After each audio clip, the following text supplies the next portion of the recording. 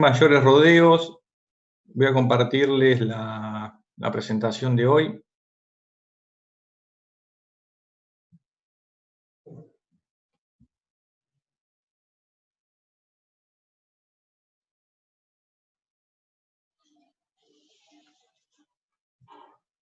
Ahí vamos. Coméntenme si están viendo la presentación, por favor. Sí, se ve. Buenísimo. Bueno, de todo, buenas tardes. Gracias por comunicarse y conectarse de nuevo.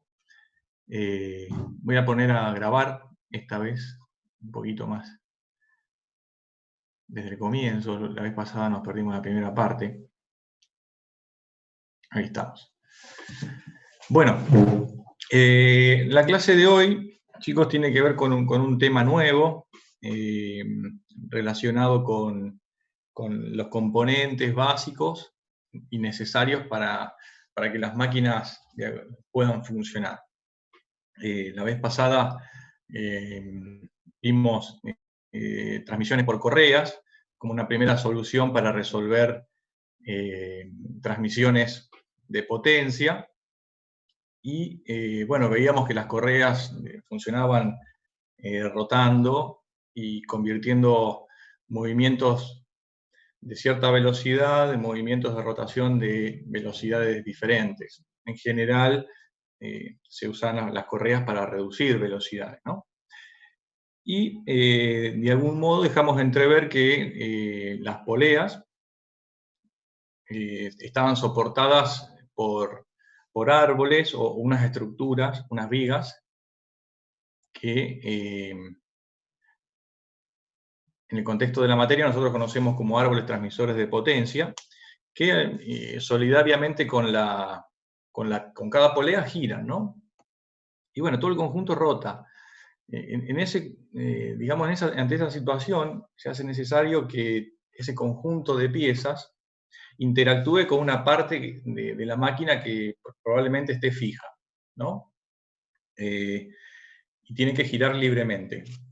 En ese sentido es que resultan la necesidad de este tema que vamos a ver hoy, que son rodamientos. ¿Sí? Les voy a contar, les muestro primero, antes de avanzar con el tema, cómo va a estar atada la agenda de lo que vamos a ver. Vamos a hacer primero una definición de lo que son los rodamientos. Vamos a repasar cómo están constituidos, qué partes básicas lo definen. Vamos a ver cómo funciona en diferentes aspectos, desde el punto de vista cinemático, cargas, lubricación, velocidad de funcionamiento. Luego vamos a abordar distintas configuraciones de rodamientos. Vamos a ver cómo se realiza el montaje. Y finalmente vamos a hacer un ejercicio, o vamos a ver el modelo de selección. Ahí estaba poniendo el puntero, por eso me detuve. Entonces, lo que les comentaba recién, acá en este dibujo, en este esquema, se representa una serie de elementos de máquina que son característicos de los variadores de velocidad. Bien, lo que vimos en la clase pasada son correas y poleas, el elemento del medio. Luego también aparece una corona de una transmisión por cadenas. Y aquí a la izquierda, una rueda dentada de engranes. ¿Está bien? Todos posibles elementos de máquina que hacen a un variador de velocidad. Como les decía, estos elementos no están sueltos, dispuestos en el aire, sino que están soportados por una estructura. En este caso, una viga que convenientemente tiene forma de sección circular. Tanto las poleas, las coronas o las ruedas dentadas giran, y solidariamente con estos elementos gira también esta viga o esta estructura que llamábamos árbol transmisor de potencia mecánica, que es uno de los temas que vamos a ver más adelante. Bueno, en ese giro, el giro, digamos, de este conjunto tiene que ser libre, les decía antes. Y libre respecto de una estructura que es fija, que acá se representa por este objeto, ¿sí? que en términos generales se lo denomina cojinete. Y no es más ni menos que un vínculo entre una parte que está rotando, de un sistema, un conjunto de piezas que rotan, frente a una estructura que puede estar fija. Acá no se ve en el esquema, pero imagínense que este objeto está sujeto de algún modo a una estructura fija de la máquina, que comúnmente se lo denomina bancada. ¿Está? Estos son, digamos, genéricamente conocidos como cojinetes. Y su definición, digamos, más académica, si se quiere, tiene que ver con que resultan de ser soportes o vínculos que permiten la libre rotación de una viga rotatoria, como un árbol, dentro de él, sin oponer resistencia a ese movimiento y sin oponer resistencia a ese movimiento de rotación. También son vínculos, quizá tienen una definición más amplia de lo que conocemos hasta ahora como vínculo, que permiten o que tienen el grado de libertad de permitirle a la viga rotar dentro de ellos.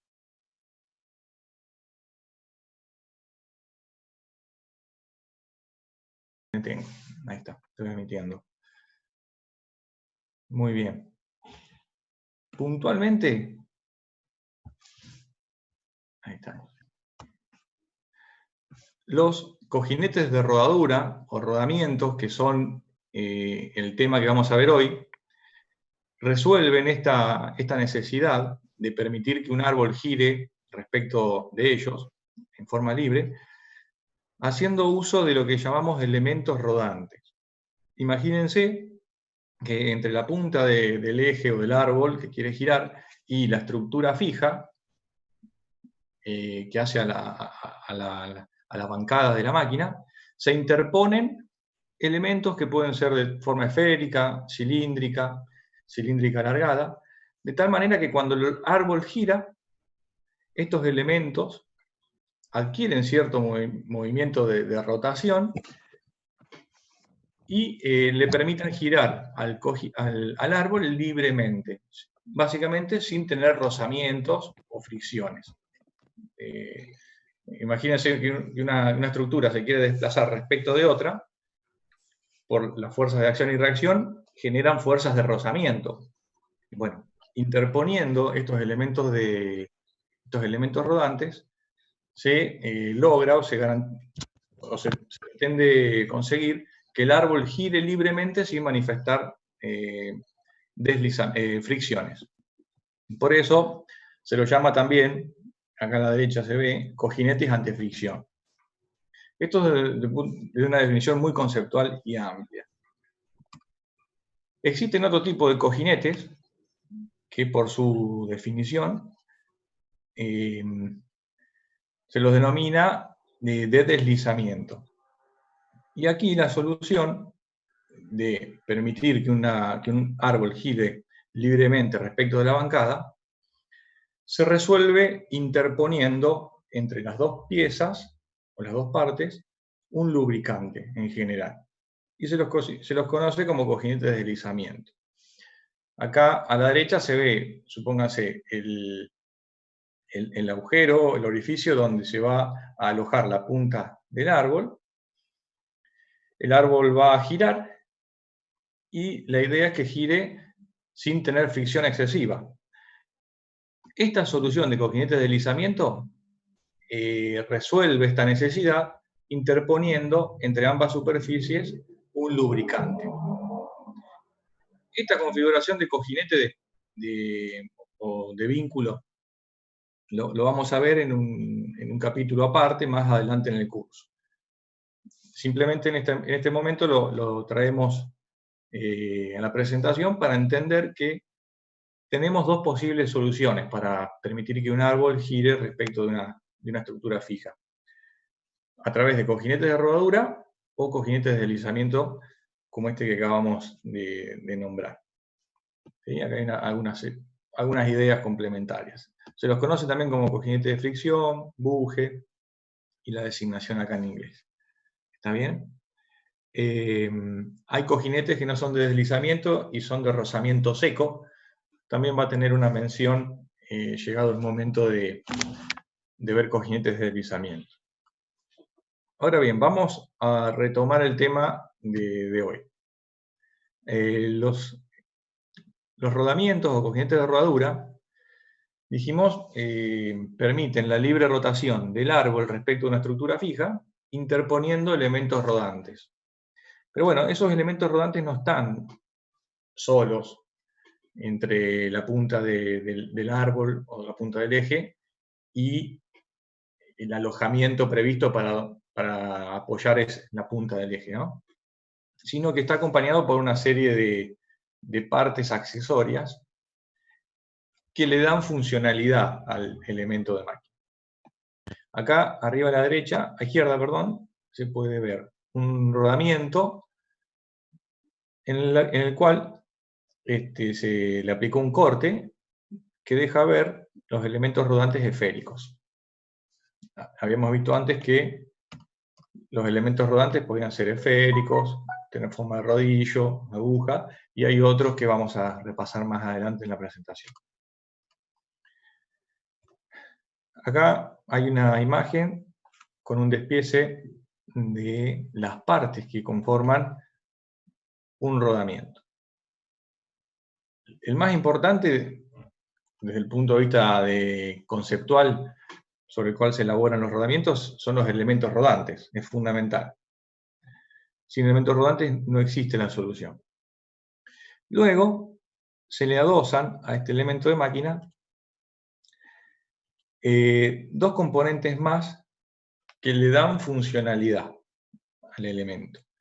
Son la pista externa y la pista interna. Ambas pistas en esta solución de rodamiento o Rubleman tienen como tallado una suerte de canaleta. Acá se ve también una canaleta dentro de la cual los elementos rodantes se van a posicionar y se van a mover. ¿Está bien? Entonces el movimiento que adquieran, ahora vamos a ver más adelante, los elementos rodantes, va a estar de algún modo confinado a este espacio dentro de la pista externa y la pista interna.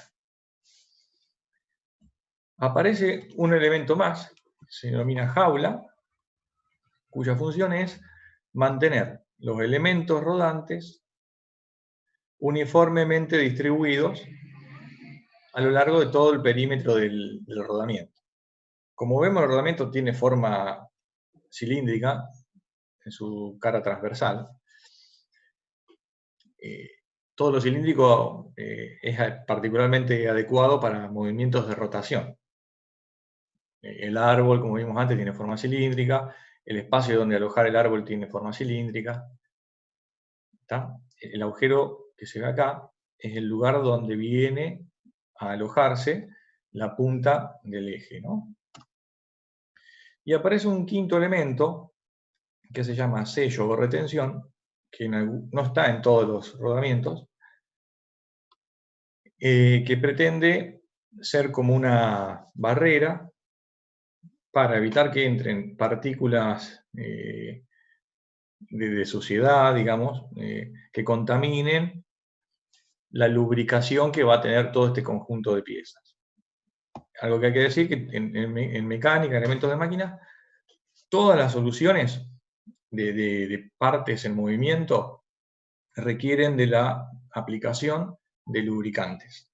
Porque, como vimos en estática y resistencia de materiales, las piezas no son absolutamente indeformables, sino que cuando aparecen solicitaciones o cargas se deforman y aparecen las fricciones. ¿Ya está? Como una causa de fricciones. Y entre esos movimientos relativos, dados en los que aparece la fricción, hay que poner lubricantes. ¿Está? Entonces, en los rodamientos, no escapa a esa regla, y vamos a ver más adelante que es necesario aplicarle lubricantes, y en ese sentido el sello, por retención, es particularmente útil para aislar el rodamiento del exterior. Acá hay un par de fotos más, propias de un tipo de rodamiento que tiene elementos rodantes esféricos. Se ve que acá hay una jaula que tiene una forma, está resuelta de metal y está remachada. Son dos partes y en el medio se remacha.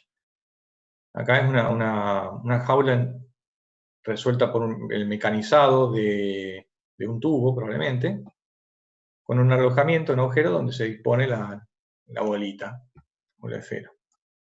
La idea es que permanezcan uniformemente distribuidas dentro del espacio previsto entre las dos pistas. ¿Se entiende? Acá se ve un corte transversal y un corte longitudinal de enrodamiento, donde se ve la pista exterior, la pista interna, los elementos rodantes, y acá este círculo representa la punta del eje o árbol. En el corte longitudinal ya es más visible, o se aprecia mejor, el lugar del árbol o de la viga rotatoria que hace contacto con la pista interna del rodamiento. Bueno, si algo de todo esto no se llega a entenderse, les pido, chicos, que me levanten la mano, que me interrumpan. Consulta, Jorge. Sí. ¿El cojinete es lo mismo que el rulemán? O sea, el nombre. Sí, señor. Ok, gracias. El cojinete de rodadura recibe el nombre también de rulemán o rodamiento. ¿Sí? Bueno, esta primera parte de identificar cuáles son los componentes de este elemento ya quedó resuelta. Vamos a tratar de visualizar cómo funciona. Acá hay una animación de una vista transversal del rodamiento. Pregunto, ¿le falta algún elemento a este rodamiento? La respuesta es sí. Si alguien se anima a chatear por ahí cuál es el elemento que falta, en 5 segundos. A ver, acá hay alguien que escribió. ¿La jaula o no? Eso, muy bien. Acá aprendí algo. Ahí está. Le falta la jaula. ¿Está? No obstante, las esferas giran uniformemente distribuidas. ¿Cómo funciona esto? Esto que se ve acá, en el medio, es la punta del eje o del árbol que está alojada sobre la pista interna. El árbol gira y dado el contacto que hay entre el árbol y la pista interna, el conjunto gira. Y está representado por este puntito rojo que ven acá. ¿Sí? Bueno. Al mismo tiempo, la pista interna está en contacto con las bolitas. Y en el otro extremo aparece la pista exterior. Entonces, el fenómeno que se genera es como una suerte de movimiento de rototraslación. Acá está, la bolita testigo. Que tiene un punto donde se ve que la bola gira y al mismo tiempo se desplaza, trepando sobre la pista exterior. Bien, creo que es bastante intuitivo el movimiento y se puede apreciar. Si no, pregunten. Idealmente, dado esta cinemática o estos movimientos, la concepción de los rodamientos se piensa de manera tal que idealmente se produzca un movimiento de herradura pura. Acá abajo hay una imagen de esta misma animación en la cual se ve que la pista interior gira, dado el contacto puntual entre la pista interior y esta bolita, por ejemplo, se genera un movimiento de rotación inducido descrito por una velocidad de giro WR.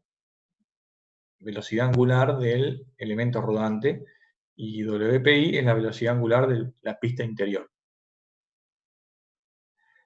En condiciones ideales, dado el contacto puntual y sin verificarse deslizamiento, las velocidades tangenciales son iguales. Bien. Entonces, se verifica esto y se encuentra que la velocidad relativa es cero, o lo que lo mismo, no hay deslizamiento de las partes. Esta es la concepción ideal de un rodamiento. El efecto de esta concepción es que el elemento rodante trepa sobre la pista exterior.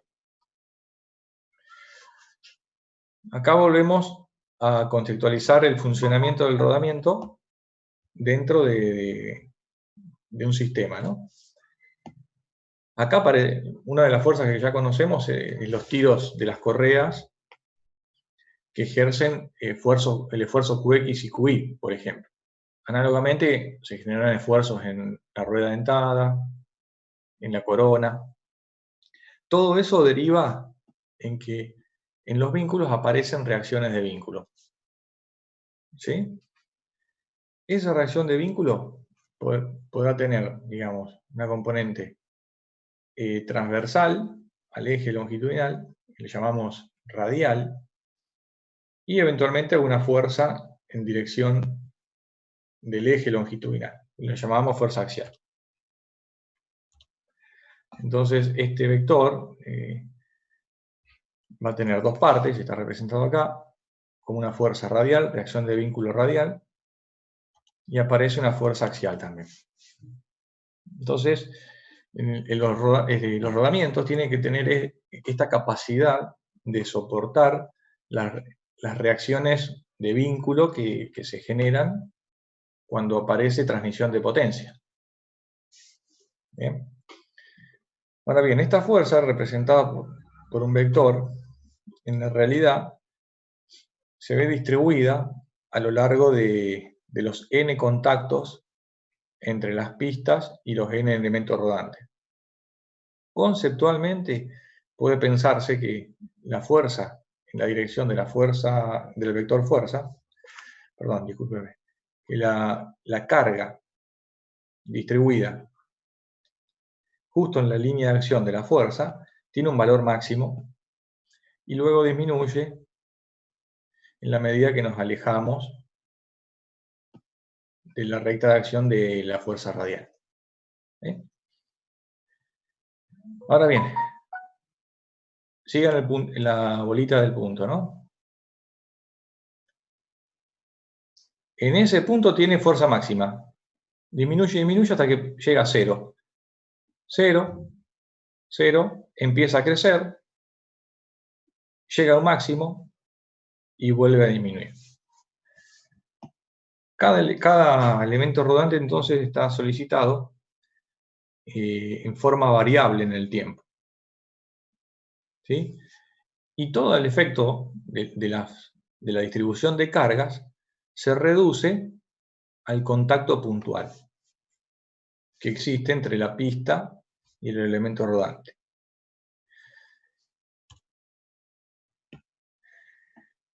Si existiese el movimiento teórico de rodadura pura, tal cual se pretende definir los rodamientos, no existiría deslizamiento, las fuerzas tangenciales serían todas iguales, perdón, las velocidades tangenciales, y estaríamos en una situación donde no se perdería energía por ineficiencias de contacto.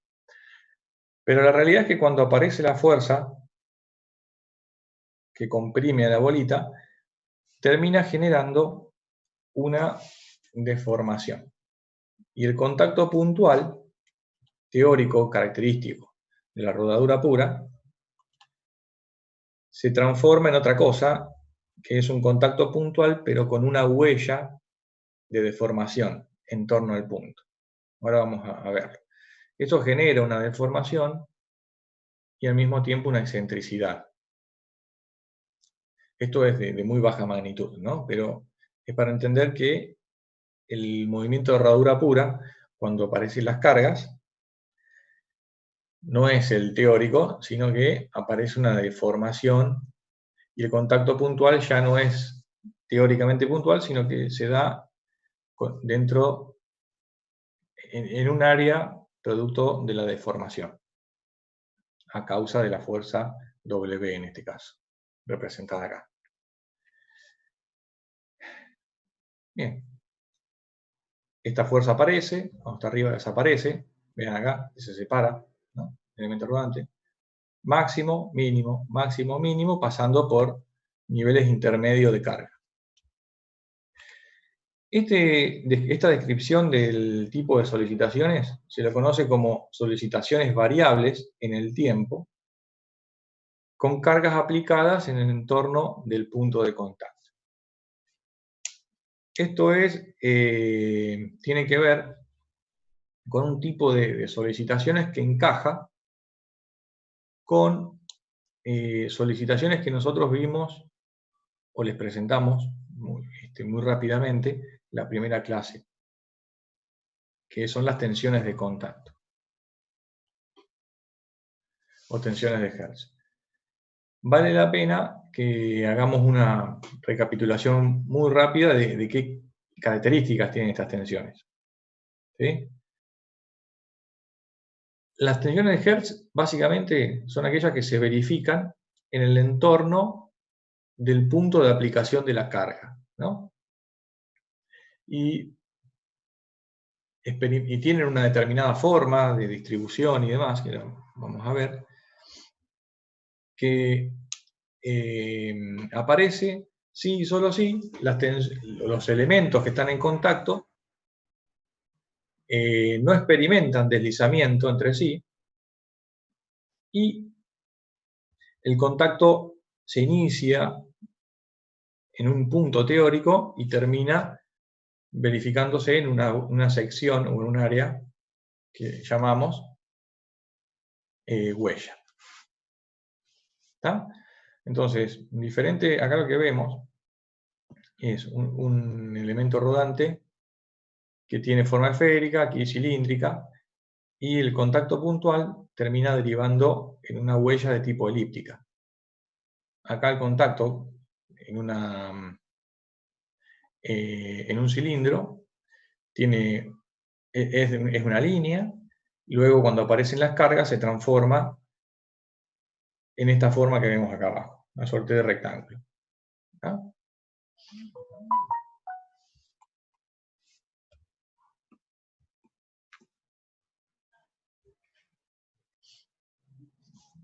Esta distribución teórica de tensiones está disponible en el apunte que está subido en el campus y también en la página del curso nuestro. ¿Está? Pero bueno, esa descripción de que las tensiones de contacto de Hertz o de contacto aparecen cuando elementos puestos en contacto no experimentan deslizamiento entre sí, es justamente la condición de funcionamiento del rodamiento. Entonces, este modelo explica cómo se generan las tensiones en los elementos que constituyen el rodamiento. Bien, entonces los resultados de este modelo son aplicables a efectos del dimensionamiento de los rodamientos. ¿Sí? Acá se ve, bueno, de qué dependía la deformación. Perdón, voy a buscar el cursor. La huella o la dimensión de los radios de la elipse que se genera cuando se forman los cuerpos dependen de la fuerza aplicada, de los tamaños en este caso, las dos esferas, y de la elasticidad o la rigidez de los materiales. Es para entender de qué depende este modelo. Eso lo pueden releer del apunte, ¿no? Acá hay una explicación de cuáles son las tensiones máximas que ocurren en cuerpos que están solicitados tensiones de contacto. Vamos a pasar muy rápido, me voy a quedar con esto. Esto que se ve acá, esta línea vertical, representa la superficie de contacto entre los elementos. Desde la superficie y hacia adentro del cuerpo del elemento, se experimentan variaciones de las tensiones. ¿Sí? Acá se representan tensiones tangenciales a los planos, que digamos serían perpendiculares al eje Z, tensiones normales, X, Y y Z. Todo el conjunto de tensiones que permite describir un estado tensional, punto a punto. Y particularmente nos vamos a quedar con este valor, que es el valor de la tensión tangencial máxima. ¿Por qué? A esta distancia, dentro del cuerpo, se genera la tensión tangencial máxima, que es 0,31 de la P máxima, que es la fuerza normal en la superficie de contacto. Bueno, tiene una dimensión, una magnitud. ¿Sí? Acá hay en una recapitulación de, digamos, las hipótesis y de qué dependen las tensiones de contacto, a modo de repaso de los aspectos más rápidos de esa teoría. Bueno, entendido cuál es la distribución de tensiones dentro de los elementos del rodamiento, que son propias y naturales de las tensiones de contacto, vamos a ver cómo esas tensiones generan algún modo de falla en el rodamiento. Con el paso de los ciclos, ¿sí?, en el lugar donde se presentan las tensiones tangenciales máximas, se produce una grieta, que entre cada carga máxima y carga mínima, carga máxima, carga mínima, esa grieta va aumentando su tamaño, ¿sí?, y se propaga hasta la superficie de cada elemento. Llámese elemento rodante o pista, cualquiera de ellos. Una vez que llega a la superficie, aparece un primer fenómeno de un descascaramiento, digamos, de baja magnitud. El descascaramiento es desprendimiento de material. ¿Bien? Esa superficie, esa grieta que se inició bajo la superficie, se propagó y llegó a la superficie. Cuando entra en contacto con los lubricantes, dada la velocidad de las partes, el lubricante adquiere presión y adquiere un cierto nivel de presión, y tiende a ingresar en las rendijas o en las grietas originadas por las tensiones de contacto. Cuando entra el lubricante a presión, el material tiende a desprenderse. ¿Está bien? Entonces, se produce en una primera etapa un desprendimiento de material, digamos, de baja magnitud. Se lo llama picadura. Con el paso del tiempo y de los ciclos de funcionamiento, el desprendimiento de material se hace más severo, acá se ve, donde las picaduras o el desprendimiento de material ya adquiere de dimensiones mayores. Es una etapa intermedia en la cual, llamémosle pocitos, empiezan a pegarse uno con otros. No obstante, la forma de esta imagen, por ejemplo, la forma y la geometría de la pista se mantiene. Ya cuando el problema avanza y se agrava, la forma de la pista se pierde y estamos en un estado de desprendimiento de material severo. ¿Sí? Es una etapa avanzada, como se ve acá. Ya en este momento la pieza se inutiliza absolutamente porque perdió la geometría original, producto del tamaño del desprendimiento del material. Esto lo puse al principio porque, digamos, es básico para cada elemento de máquina que veamos entender cuál es el modo de falla que lo caracteriza a efectos de seleccionarlo, de dimensionarlo o seleccionarlo de manera conveniente para evitar ese modo de falla. ¿Está? Entonces, conociendo el modo de falla, se desarrollan los modelos que pretenden darle cierta dimensión a los elementos de máquina, de modo que la falla no ocurra. ¿Está bien? Bueno, ¿alguna duda? ¿Quieren preguntar? Adelante. Acá hay un chat. Queda un minuto. Ah, ok. Eso me lo perdí. ¿Todos me están escuchando? Sí. Sí, sí, gracias. Sí, sí. Vamos a ver cómo sigue esto. Bueno, vamos a ver si terminamos este slide y hacemos un descansito. ¿Está bien?